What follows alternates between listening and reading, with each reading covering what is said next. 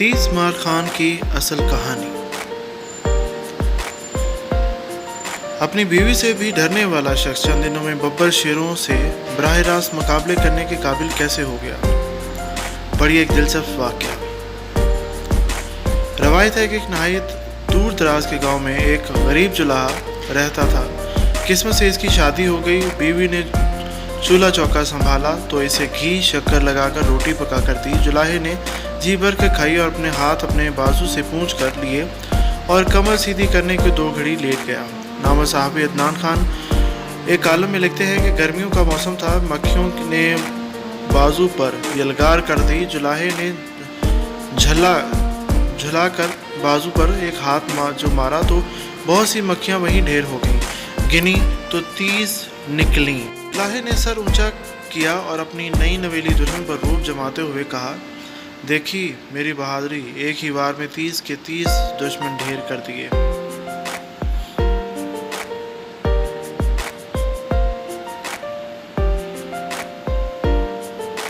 आइंदा से मुझे 30 मार खान कहकर बुलाया करना। बीवी ने जवाब दिया कि मैं तो कह दूंगी, मगर सारा गांव तुम्हारी 7 नस्लों से वाकिफ है।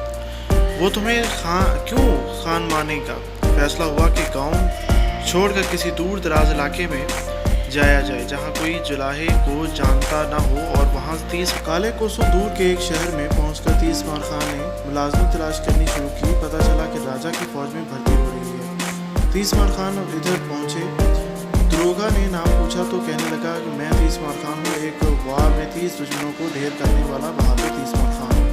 दरोगा बहुत मुतासिर हुआ और राजा को खबर की कि एक बलवान आया है, वार में 30 दुश्मनों को मुर्दार कर देता है। राजा बेताब हुआ और ऐसे बहादुर की ज़ियारत करने को इसे दरबार में बुला लिया और इसकी खूब तकरीम की। ये देखकर इसके पुराने दरबारी हसद का शिकार हुई। उन्होंने राजा को कहा कि शुक्र है कि ऐसा बड़ा सूरमा आपके दरबार में आया है। अब ये ज़रूर 7 खूंखार डाकुओं से हमारी जान को निजात दिलाएगा जो पहाड़ों में मुसाफिरों को कत्ल करके इनका माल लूट लेते हैं। राजा को यह आइडिया पसंद आया और इसने 30 मार खान को 7 पहाड़ी डाकुओं का किला कमा करने का हुक्म दिया। 30 मार खान नहायत परेशानी के आलम में घर वापस पहुंचा और बीवी को कहा कि चलो भाग चलते हैं, इससे पहले कि मैं जान से जाऊं। बेगम 30 मार खान ने इसे तसल्ली दिलासा दिया और 7 मीठे पराठे जहर मिलाकर पका दिए और 30 मार खान को कहा कि पहाड़ों पर जाओ और कुछ माल और ये पराठे एक गठरी में बांध लो। डाकू आए तो दूर से ही इनको देखकर गठरी फेंक कर भाग जाना और छुप कर इनको देखते रहना। 30 मार खान ने यही किया। डाकुओं ने इसे गठरी फेंक कर भागते देखा तो रुक कर गठरी खोली और इसमें माल दौलत देकर इसे आपस में बांटने लगे। सामान के साथ बंधे 7 मीठे पराठे देखकर इनकी भूख खुल गई। सब ने एक एक पराठा खाया और सब वहीं ढेर हो गए। 30 मार खान छुप कर इन्हें देखता रहा। इसने इनका माल दौलत और हथियार अपनी गठरी में बांधे और राजा के दरबार में आकर इसके सामने ढेर कर डाले। राजा ये माल देखकर खुश हुआ, लेकिन फिर इसने देखा कि हथियार तो कुल 7 थे।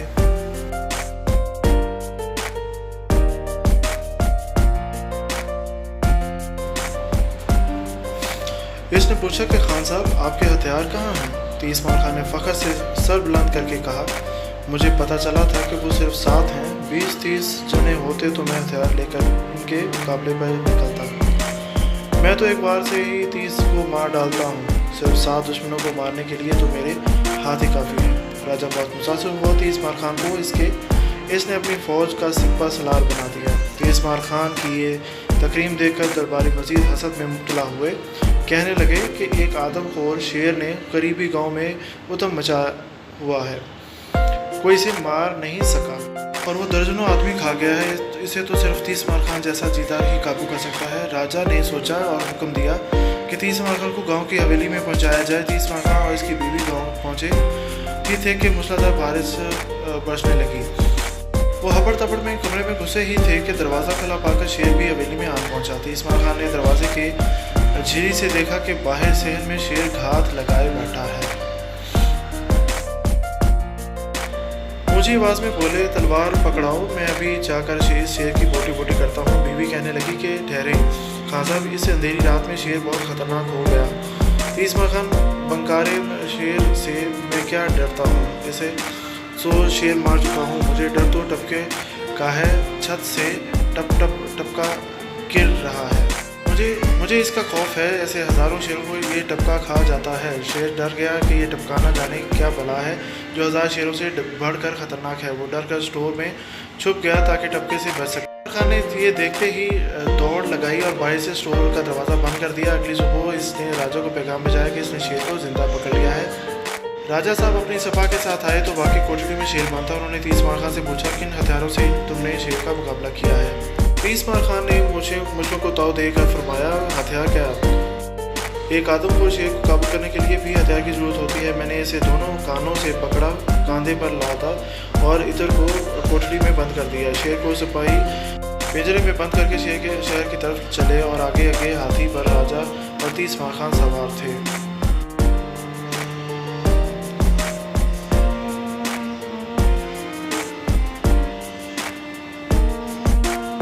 पड़ोस का दुश्मन राजा से साज़बाज़ करके इसे मुल्क पर हमला करने को राज़ी कर लिया। राजा को दुश्मन के हमले की खबर मिली तो इसने तीसमार खान को हुक्म दिया कि वो फ़ौज लेकर जाए और दुश्मन का मुकाबला करे। तीसमार खान घर पहुंचा और बेगम तीसमार खान को कहने लगा कि मैं तो ज़िंदगी भर घोड़े पर नहीं बैठा, बेहतर ही यही है कि हम भाग चलें। बेगम तीसमार खान ने इसे तसल्ली दिलासा दिया और कहा कि तुम अपने गाँव घोड़े की रकाबों से बांध लेना और यूं तुम घोड़े से नहीं गिरोगे। जब हमला शुरू हो तो अपना घोड़ा तेज़ भगा कर वहाँ से निकल जाना। सब यही समझेंगे कि तुम दुश्मनों पर हमला कर रहे हो। अगर तुम्हारी फ़ौज जंग जीत गई तो वापस फ़ौज में मिल जाना, हार गए तो जान बचाकर भाग जाना। तीसमार खान ने ऐसा ही किया। सिपाहियों को रकाबों से पाँव बांधने का हुक्म दिया तो वो हक्के बक्के रह गए। तीसमार खान ने इनकी हैरत देखकर कहा, दुश्मन को देखते ही मैं तेज में दीवाना हो जाता हूँ और घोड़ा मेरी रफ्तार का साथ नहीं दे पाता, इसलिए घोड़े के साथ पाँव बांधना ज़रूरी है। कहानी अच्छी लगे लाइक करें, सब्सक्राइब करें और शेयर का बटन दबा के अपने दोस्तों के साथ भी इसको शेयर करें। उम्मीद है आपको ये पसंद आएगी।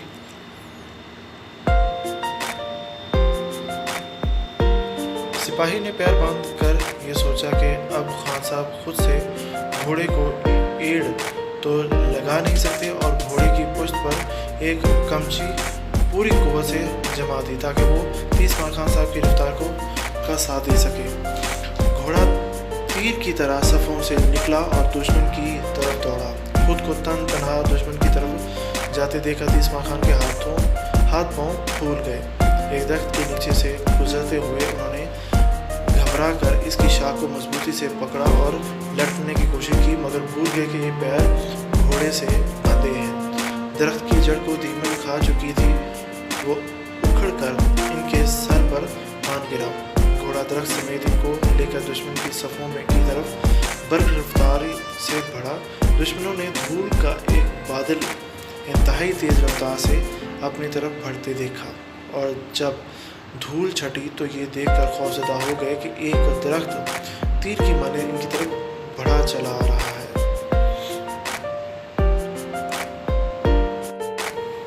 वो खौफ से कांपने लगे कि वो कोई जादूगर इन पर हमला कर रहा है और इसके जादू से दरख्त अपनी जड़ों से उखड़कर इन पर हमलावर हो गए हैं।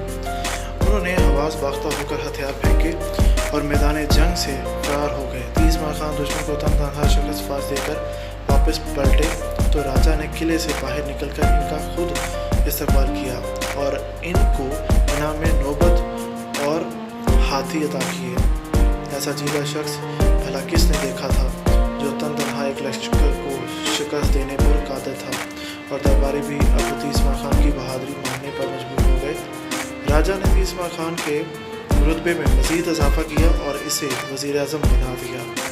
यूँ सब हंसी खुशी रहने लगे तो साहबू बात ये है कि कई हीरो बाजू की बजाय ज़ुबान के ज़ोर से ही तीसमार खान बन जाते हैं और दुनिया इनसे इम्प्रेस हुई फिरती है, और ये बेगमात ही होती हैं जो अच्छे भले की आदमी को तीसमार खान बना देकर इसका रुतबा बढ़ा देती हैं। आप सब दोस्तों का बहुत शुक्रिया, आपने इस कहानी को सुना, पढ़ा। उम्मीद करता हूँ आपको ये पसंद आई होगी। इसको लाइक करें, शेयर करें, सब्सक्राइब करें।